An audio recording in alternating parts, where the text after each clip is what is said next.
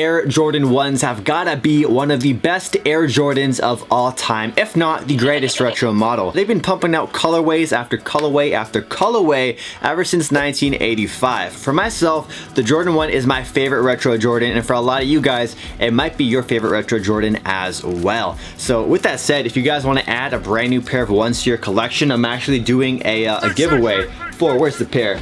I have a size 10.5 and size 11. I'm giving away of these new Gym Red. If you guys want these, subscribe to this channel, subscribe to my second sneaker channel, SneakerTalk 365. I'll leave it linked down below, and comment down below letting me know your favorite Air Jordan 1 colorway. So first things first, we're gonna actually start off with a pair of the only Jordan 1 mids in my collection. Now the mid Jordan 1 is a shoe that not as many people give a lot of credit to compared to the highs, because you guys know the highs, the OGs with the Nike Air on the tongue, that's where the history is. You know, that's what Michael Jordan wore. That's the shoe that has all the best colorways, but the mids sometimes have some heat. So this one is actually a custom pair of Jordan 1s. This is the triple white colorway, you can call it. It's all white, but it has hits of gray on the outsole and on the liner right here. This is a custom pair of Jordan 1 mids I got at the Jordan store when they were a pop-up in Toronto for All-Star Weekend back in 2016. So on one side, we have Scarborough, which is the borough I'm from in Toronto, in the greater Toronto area. On the other side, and if you haven't noticed, I got some front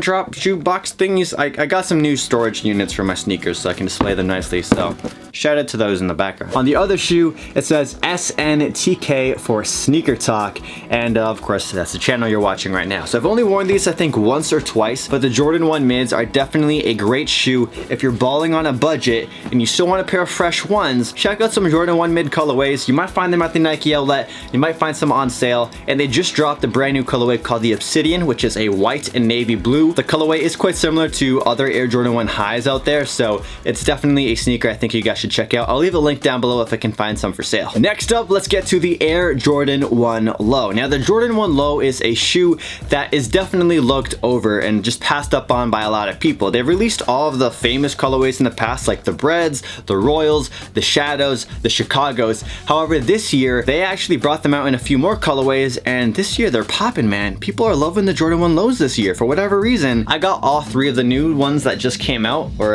the three major releases. So starting off with the black toe, if you guys are looking for a good summer shoe, this is probably one of the best summer shoes in my opinion. Next up, we got the yellow one. I actually did a review for these ones, the yellow Air Jordan 1 Lows. And then the last Air Jordan 1 Low I want to show you guys are the Celtic version. These are the green ones right here, the Air Jordan 1 Low Celtics. I've worn these a lot, just like the black toes, and these are shoes that honestly go with everything. Like straight up guys, if you're looking for a sneaker under $100 US or 120 Canadian, this is one of my top recommendations. I should probably do a top 5 or top 10 sneakers for summer video. If you guys want to see that, let me know in the comment section down below. Let's get to the heat, the Air Jordan 1 highs. So I have a ton of Air Jordan 1 highs in my collection. I think the Air Jordan 1, besides the Super Sky Top, was the first shoe I actively started collecting, if you want to call it that. And I actually have a couple of fake pairs, so I don't want to say they're part of my collection, but I did buy these fake Air Jordan 1s for some content over in the Philippines,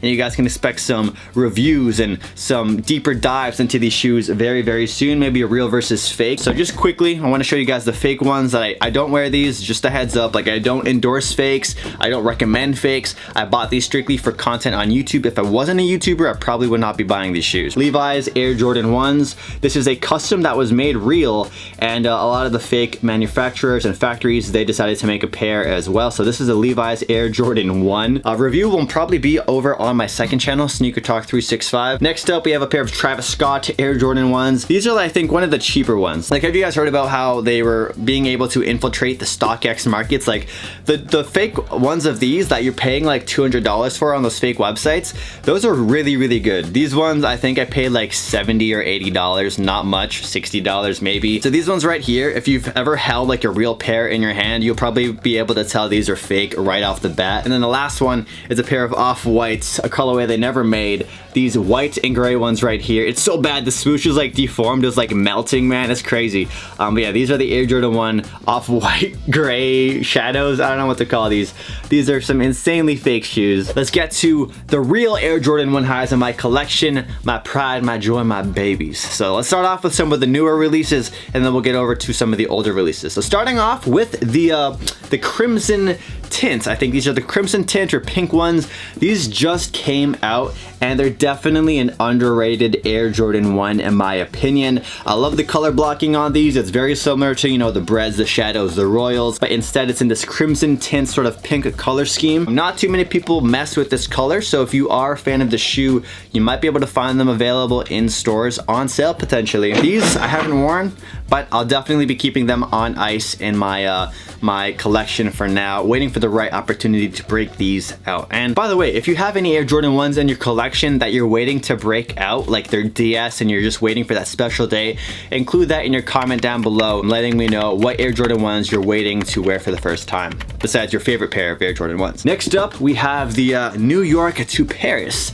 These are a brand new release. These are released alongside, I think, the LA to Chicago's that have a Lakers colorway, which converts to a Chicago one. These ones are predominantly gray, sort of reminds me of the Baron Air Jordan 1s. And the fact that you can get these Jordan 1 highs for retail at a lot of locations, it's definitely a very good shoe to buy coming into the next school year. So if you took an L on the Air Jordan 1 Travis Scott, I think this particular shoe is a good backup shoe in my opinion. These are the Air Jordan 1 Rookie of the Years, and as you guys can see, I actually swapped in the white laces instead of a black pair. I put in the white off-white laces I had. If you just swap in regular white laces, these will look just as clean, but I decided to use these ones because that's the only white pair of laces I had sitting around. This colorway is not an OG colorway, but the color blocking is of an OG release, and I really like what they did here with the flaps. Sort of gives me those off-white vibes, just like how the off-white ones have flaps like this that are not completely stitched in. It's more of a lifestyle kind of colorway, so if you're not really, you know, a huge Chicago NBA, like Chicago Bulls fan, this is a colorway I think you can get behind, and it's gonna go with a lot of fall, spring outfits. It's a good all-around shoe. If you're a fan of Timberlands too, and this is a pretty good combination of Air Jordan 1 meets Timberland. Next up, let's get to a pair bought in Singapore.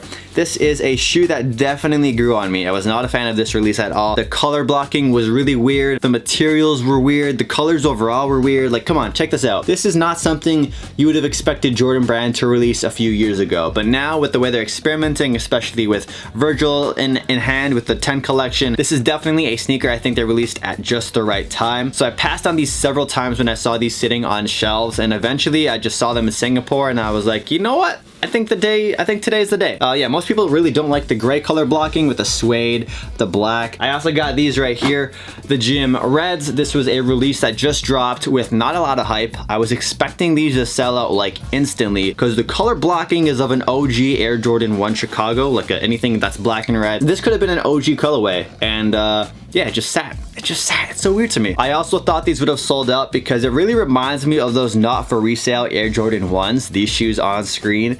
And so many people took L's on those. The resale is crazy high on those as well. So I thought many of the people who took an L on that release would have bought this.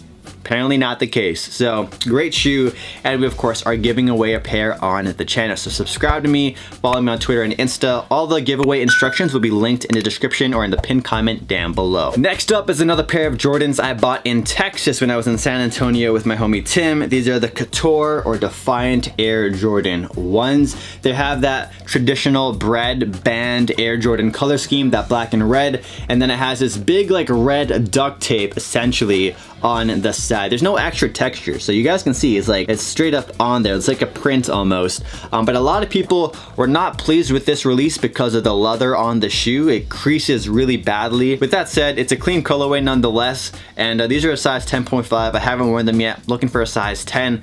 So for now, these are gonna sit on ice in my collection. Next up are a pair of Jordan 1s I bought in Japan, and I actually bought these ones in Japan as well. Didn't mention that, but I bought them in Japan.